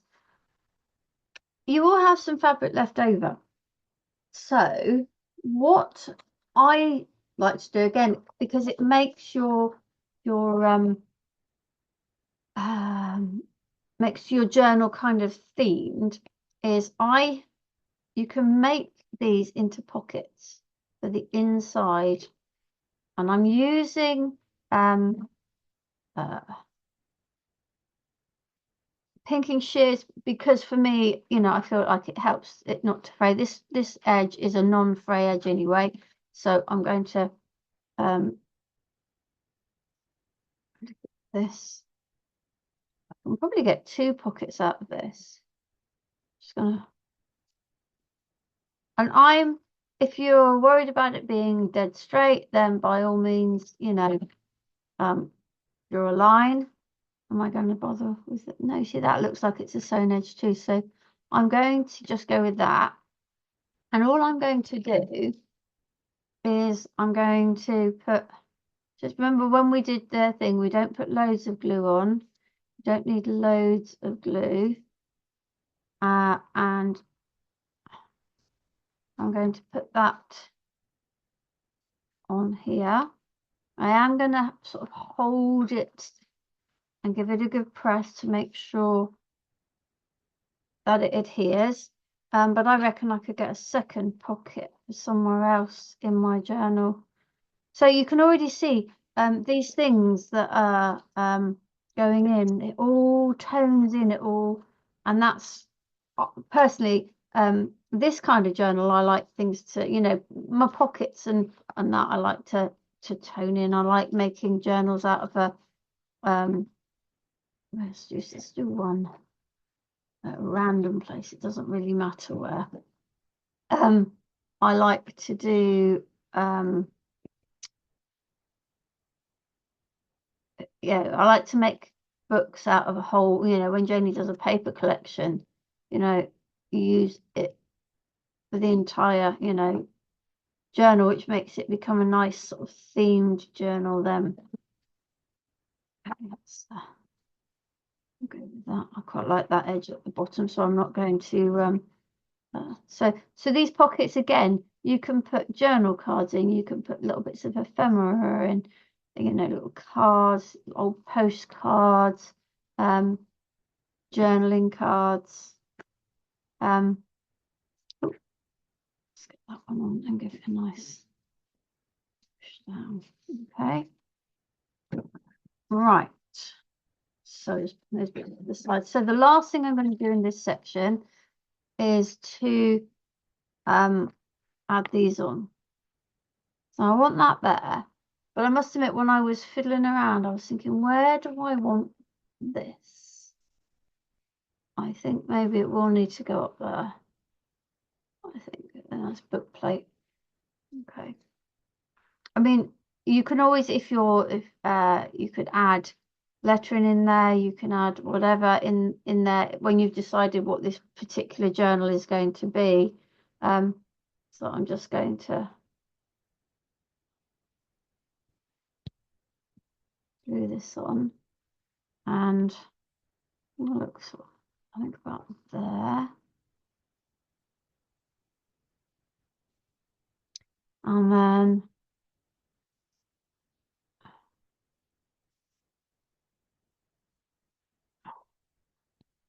put this one here. Is that about right? Put that up level just so I can see. Yeah, and I'm pleased with the colour of the gilding wax that I chose to use as well. I did a manar about using a more orangey one, but I definitely think that that was the right one. Okay, so the next part of the video, we'll look at how we can make other ephemera for our journal out of pages, these 3 pages that we've got here. Okay. I am now going to look at how we can add to our journal. We've done everything with the bits from the kit. So we've used a bit of the fabric for a pocket. This is the envelope that comes with the kit. And this one comes with the kit. I think I might put another pocket in, not sure. All the tabs come with the kit. So what we have left from the kit, I've got a few little bits that I cut off on the end of the dangle. I've got a little bit of fabric, a little bit of the wax thread, and I have 3 sheets. So remember, they don't all have this. Mushroom Magic has 3 sheets. The other ones that I have. So what have we got? Mushroom Magic has 3, and then it's Garden Secrets. Sorry, mine went blank. They're Garden Secrets and Midnight Garden Secrets, and the Garden Magic one. They all have one sheet, but they have other ephemera. Okay, so I thought best to do one like this so that we can see all sorts of ideas. Now, if you are still learning or it's new to you, then this is something that you could invest in. It gives us a whole host of little envelopes, some more page tabs. There's a waterfall thing, and what else? We've got a tag pocket and some labels. Now, I'm not going to make all of this or go through it all on this video. I will have a separate video looking just at the ephemera template pack. So pop on over and have a look, because I'm unlikely, well, I might, I don't know. What I'm going to do is I'm going to, let's just look, you get all these bits, they pop out. So all the bits you see here, they all roll in here. I pop them out, and what I'm going to do is to decide, because obviously you've got a finite amount. I think a tag pocket might be nice. Bear with me. We'll see what I can find in here. I seem to have misplaced one of my times on it. It's there. Those are the bits for the waterfall. You may or may not. I'll see how I go in a minute. We'll do a few labels. I think we'll go with the labels. I'm not going to do any more page tabs because this kit came with page tabs, so we don't need the page tabs. They can go back in. But I think we might be able to get a couple of envelopes. Obviously, remember, these are directional.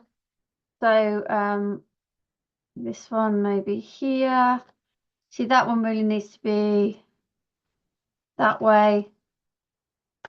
All right. Oh yeah. So that one won't fit on there. It's a case of what can we fit on? We could fit that one there. So we get a little bit of the good stuff. What else? You see, then we could use up. I like to use up things. I've kept this as well, because we can make a snippet strip out of that. Right, what else have we got? This one. Oh, we could get that one out of there, I think. You just have to remember that with these pockets, that bit's going to flip up. So if you want it, you have to position it. So I'm going to, because that becomes a little bit tricky because it's not a vertical one. It goes like, I'm going to use this multi-directional paper for that one. This one will fit on here as well. That means look, we can get quite a lot out of this. And if you're into making your own ephemera anyway, you know what you can do with these things. But I thought, as you've got the ephemera pack, we will yeah, I'm going to not do the waterfall, but if you do want to see how a waterfall is made, have a look at the ephemera video. We're going to put this in. I'm going to slightly turn that one. Now this one here, if I can fit it in. I might have to jiggle these a little bit. I'm not sure we're going to get that one on. Maybe we'll put the petal one in there. This will cover a card to go in this pocket. There should be, there we go, the small one, which we can use to cover the inside. Oh, let's see, will we get those on? We're not going to get both of those on there. Let's move that up. There. No, that's not going to go on like that. So that one's going to have to go up there, which is fine. Sorry, that's a bit off camera. It's me just seeing what I can get out of this. So we can put those on there. This is a flip tab, so we are going to use that one. Put that one on there. And then we don't want the, oh, there's the other label. We don't want the other page tabs. We're going to put that one on there and that one on there. So what I'm going to do is I'm going to go ahead. I'm going to draw all these bits onto the back of my paper and cut them out, and then we'll be ready to start making the ephemera, which is really, really simple. Okay, so I will be back shortly to do that.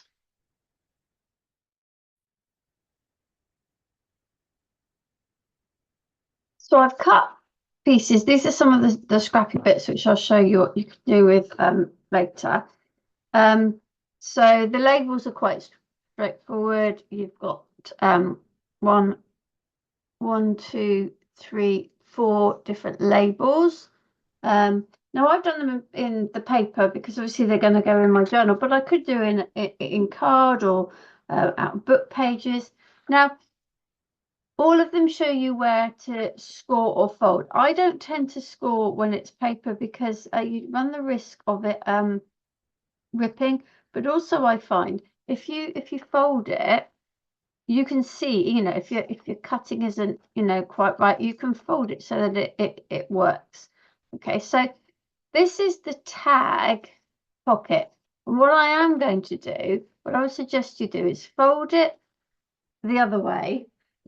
And then however you make your holes for your tags, I have a crocodile, which I'm going to use. And I'm just going to punch the hole. And hopefully when I fold it back that way, they will be in line. Okay, so I've got my hole for my tag there. Okay, now this is another reason why I don't always score things on the lines, because it doesn't, you know, sometimes, as I said, your cutting might not be quite, you know, precise.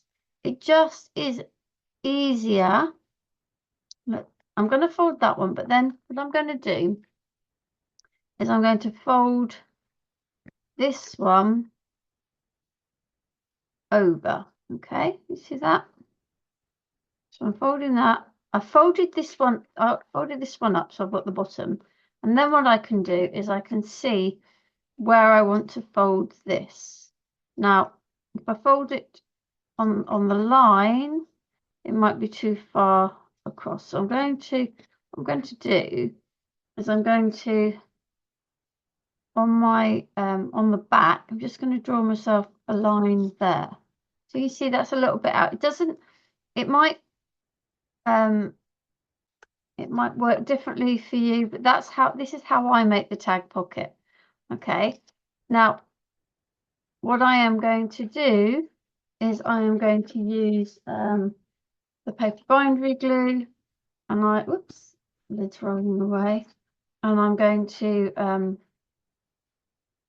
just put some glue on one edge of one side of the tag, and then now I'm happy that it all fits. Fold that over, give it a good buff. Now can you see here, got a bit of white. It's not quite equal, but that's okay. You can just use the scissors to just trim that so that it looks okay. You check the other side as well, and then I'm going to put the glue on my tabs. So if I was using a piece of card, then I might score those lines first. I might, you know, if you fold on the line, you'll still get the pocket, it just won't come to the end, and that might be what you want. So I've now got the pocket, and somewhere, oh, I've got these little bits left over. So what shall I use? I think the lace might look nice to that tag. So I'm going to just pop that through. As I said earlier, you know, if you would prefer to, you know, if you don't have the template pack, then you can just have a look on YouTube. There's all sorts of ideas. I've got a few somewhere on my channel of, you know, how to make pockets. You can make your own tags. You know, this is just to show you what you can do. I lost the label there. With one of Janie's products to help. Okay, so this is flip tag. Now, obviously, I've got a directional paper, a flip tab, not tag. Sorry. So I'm just going to get. In fact, I'll do it straight into my book. I'm going to find a page that doesn't already have a tab on. Let's go on this one. And what I will do is I will put the glue on here. And then stick that there and fold it. And this becomes a flip. And these are, if you're just getting into your journaling, flips and flaps are really quite popular. Now, this tag pocket is what, and a lot of these envelopes are what you might call floating.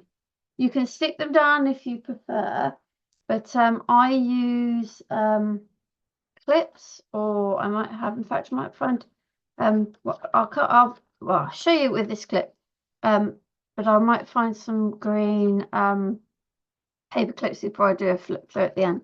And they just hold in, so you know, I could move it around if I want to, or put it, you know, well, I could put it wherever. So that's those two. In fact, let's just I'll leave the labels till the end to see where I might like those. Right, what's the next one? Let's take the petal pocket. So again, I'm just folding up the four. No, that wasn't quite straight. Folding up the four petals like so. See, I'm being bad, and I'm not following the lines, so it doesn't quite. If it helps, sorry, I'm doing this. If it helps and you want to make sure you are following the lines, do it that way first, so you can see where the line is, and then fold it back over. It's not going to hurt to do that. Okay, if you would prefer to have them all lined up.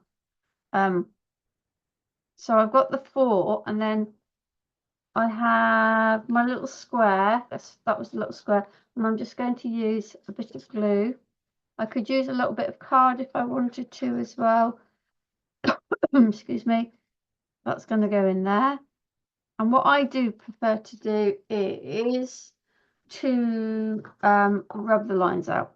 Okay, so I don't necessarily need to see these lines. So, you know, just rub those out.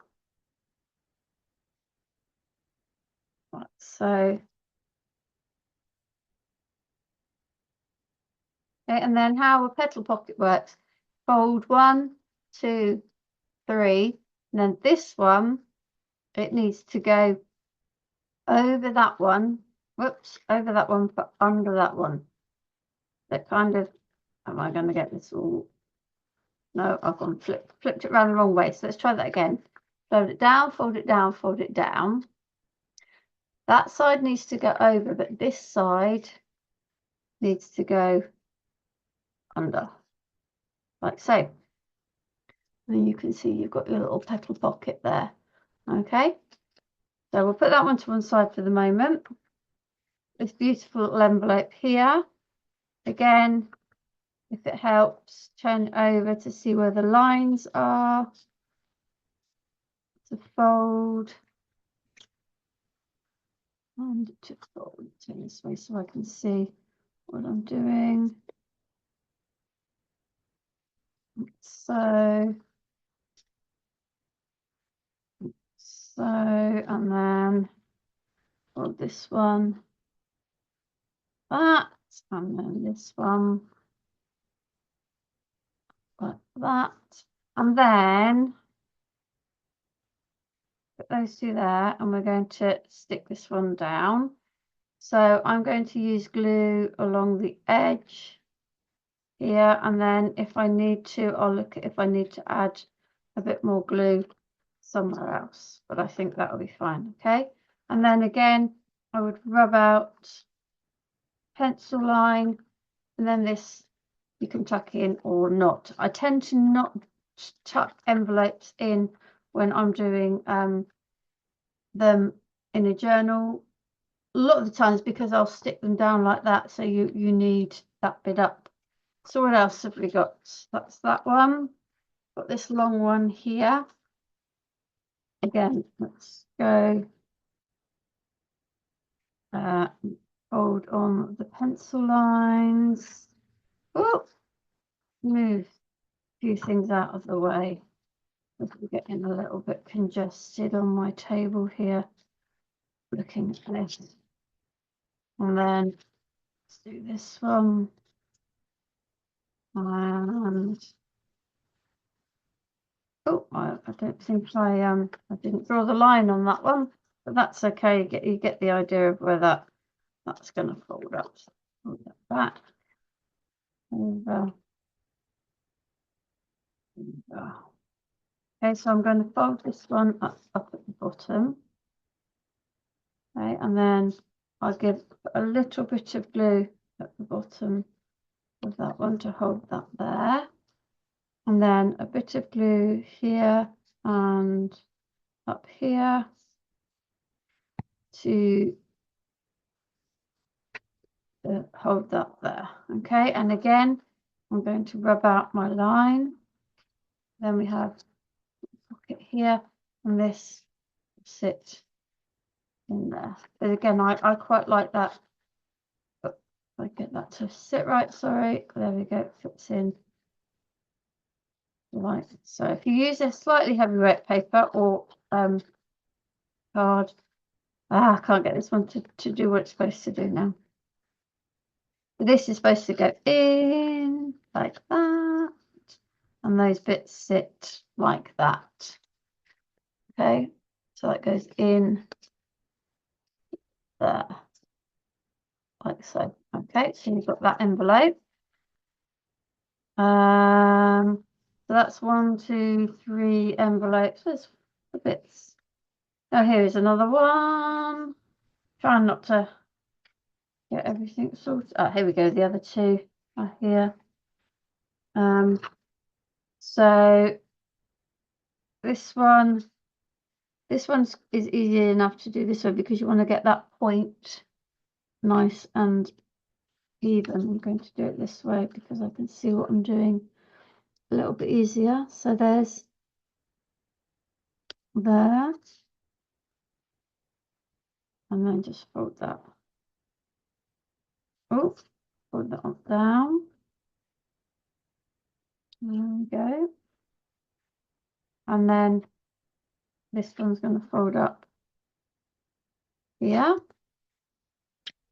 This one, I'm going to do that way first, just so I can make sure I've got that in the right place. So that goes over like so.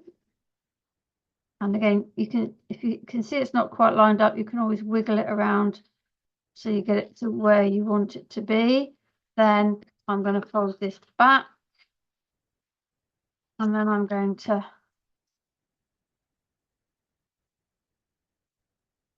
do that, and then put, and so we need to now glue this. So I'm going to put glue on these tabs. Now you might be thinking, well, why do I need all these little envelopes and tags? And People use it for different things in their journals. They might put ephemera in there, so you know, little tags or little cards or journal cards. And if you, for me, I'm sort of in the middle, or not in the middle. I'm just at the start of a whole series of videos that are looking at hidden journaling, because I kind of don't like my writing being seen. So you can use these little envelopes and pockets and flaps and all sorts to hide where you're writing, so nobody else can see it. Because I like to share my making, but I'm not keen on, oops, really bad fold, not so keen on sharing my writing. Okay, so I'll fold this one down. So I've got a bit grubby now, so I do apologise. Bits of glue and stuff from previous videos I've been doing. So again, all I'm going to do here, bit of glue here, bit of glue here, and then it goes up like so. Okay, rub that out, and there. So that's the 5 envelopes. I've got 4 of the thing. Oh, and this one, I mounted the big square onto a piece of card. And this is what I was saying about, I could do my writing on the back of this card. I could add some stickers or whatever here, and then that slots into my little pocket there, and then oops, it will go in my journal and be hidden away. So that's all. That's everything for the journal. What I'm going to do now is I'm going to add the bits. I'm going to go and find myself some paper clips, add the bits into my journal, and then I'll do a little bit of a flip through before. Oh no, I just realised before I go and do that, I was going to show you quickly a snippet strip. And again, I do have video on my channel of how to do a snippet strip. So when Janie sends out paper packs or quite a lot of stuff, she'll have these they'll be sort of have these strips of paper around to hold everything together. Don't throw them away, because what I can do now, I've got these scraps, and it really is as simple as just starting. It's like a bit of a random collage. So all I'm going to literally start doing is gluing them onto this strip. And if they hang over, it doesn't matter, because what we do at the end is we cut. So I'm just going to grab bits you can cut into pieces. They don't, if you think, oh, that's a bit raggedy, just cut that little bit off. So you might have looked at that and thought, oh, well, there's a funny line going on there. Well, you just collage them over. There is absolutely no rules or regulations on these things. And what I like about it is you can use these as you can use them as bands. In fact, I might do that. I might add one of these in. So I'll stick this in, and then I can tuck an envelope behind it in my journal. But the thing about using the papers, I'm not going to do all of this, because there's quite a lot there. But thing about this is that you will it's coordinating, because it's all the same stuff that you've used in your journal. So it's not going to clash. It's going to look the same. What have we got? Let's cut this into a bit of a straighter line, and then see what we can do with. See, now I can just put that bit away, because that might be useful somewhere else. It's these kind of, these little odd shaped bits. Keep those these bits will be useful elsewhere. But when you've got these random kind of shapes, just stick them on, and then or just trim them, because 9 times out of 10, what will you do with them? Throw them in the bin. Yeah, so you're not wasting them by doing this. You are literally just sort of giving yourself, I'm just going to cut that off. you're actually giving them a purpose. So I'm going to just carry on for a little bit with this, and then as I said, I will give you a flip through so that you can see how I would add all of this into the journal that we've made. Okay.